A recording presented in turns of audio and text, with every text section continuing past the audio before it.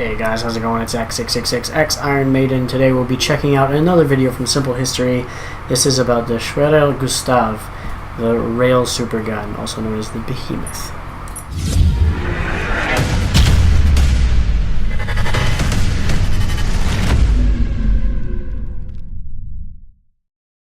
Alright, so today we are covering the largest artillery gun ever made. It was made by the Nazis. I do believe I know I have read some of this before. I can't remember.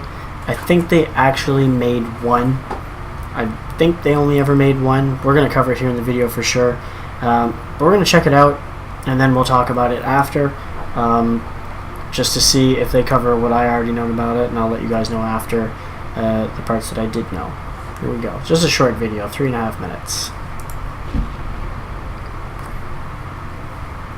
The Schwerer Gustav Rail Supergun, World War II. The Schwerer Gustav was the largest artillery gun ever made. Before the Second World War had started, Hitler required a devastating weapon for the invasion of France that could destroy the Maginot Line, penetrating its several layers of concrete and steel. The Schwerer Gustav was designed in 1934 by the German arms manufacturer Krupp. This giant railway gun weighed 1,350 tons and had an overall length of 47.3 meters, or 155 feet 2 inches. Wow. It was mounted on a railway chassis running on specially constructed tracks and had to be disassembled and assembled to set up. Even a set of outer tracks were required for the cranes to achieve this. Its barrel length was 32.5 meters, or 106 feet 8 inches, Wow. and could only move up or down at an elevation of 48 degrees, with horizontal targeting achieved via curved tracks. The weapon caliber was 80 centimeters, or 31 inches, and the heavy concrete-piercing or high-explosive shells weighed 7 tons, making them the largest and heaviest shells of any artillery piece in the world. The gun could fire over a range of 47 kilometers or 29 miles. Holy shit. After a number of shells were fired, the barrel would wear away and need replacing. The artillery gun required a staggering number of crew. 250 crewmen were required to assemble the gun, which took 3.5 days, while 2,500 crewmen were needed to lay the tracks. Flak battalions were also a necessity to protect the gun from air attacks, as it was highly visible due to its size. The Schwerer Gustav would be constructed throughout the 30s, but it would not enter service until 1941, therefore missing the French invasion. The gun would be transported to the Eastern Front and used at the siege of Sevastopol, where 4,000 men were required to set it up in position. It fired 300 shells at several enemy positions, including Soviet fortresses and ammunition magazines.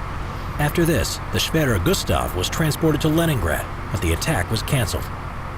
It is unknown whether there was a second gun constructed, or whether it was a nickname by the German artillery crew, but in 1942, Dora, as it became known, was operational at Stalingrad, but withdrawn by the Germans. During 1942, the Germans proposed to construct a new version of the gun, mounted on a self-propelled platform that could move without railway tracks, called the Land Cruiser P-1500 Monster. However, the idea was eventually scrapped. As the war was coming to an end, the Schwerer Gustav, some sources say, was destroyed by the Germans to prevent capture on the 14th of April 1945, and its ruins studied by Soviet specialists. Overall, the Schwerer Gustav was quite an impractical weapon, demanding a large number of crew and setup to become operational. Subscribe for more World War II videos. Get your copy of Simple History. Alright, I'm going to stop it there.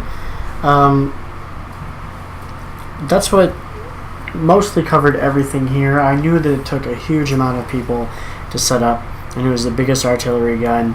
I didn't know some of the facts about the caliber size. I didn't know how they turned the weapon. I knew it had to be on track, so I didn't know that they always set it up with curved tracks so they could, turn the weapon when they needed to be. I imagine they set it up facing, if they were going to turn the tracks left, I imagine they'd make it so that when it's aiming straight, I imagine it would be far off to the left, the furthest left they could go, so they could move it straight across where they needed to go. I imagine it would have been a hell of a weapon to get accurate as well, considering if they were firing it kilometers and kilometers away, that probably meant that they needed to have someone in a forward position to say where the rounds were landing. They would have had to test it a lot too to be able to, zero it in. And on top of that, needing 2,000 to 4,000 people on site just to keep it running, it is super impractical, especially in World War II, and would be super impractical nowadays. But even in that time, even if it helped you destroy a bunker, with the amount of men it took to run that, you could have probably built aircraft or smaller artillery could have done the same job with probably less people. Might have taken more than one round, but you eventually probably could have got through anyway.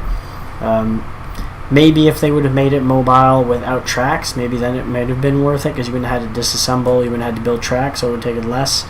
But that's probably what they should have started with and tried to do the first time. But mind you, it would have been extremely difficult to have something weighing that much to have tracks and not get stuck. Like, I don't think it would have ever been able to be pulled off in that time. Maybe nowadays, with the technology we have now, but I don't think back then they would have been able, even if the base was the whole bottom was tracks separated in 2 large pieces, I think it still would sink. If you got anywhere that was wet and muddy, it would still sink because of the mass weight that it had.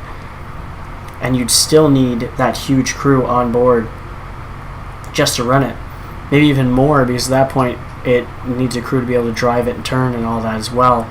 And especially then if you still had to change the barrel after, a good amount of rounds, that means what, you have to carry an extra barrel on board too, so you could change it on the go, or you'd have to have a convoy to follow it, basically, with extra barrels. It's just impractical.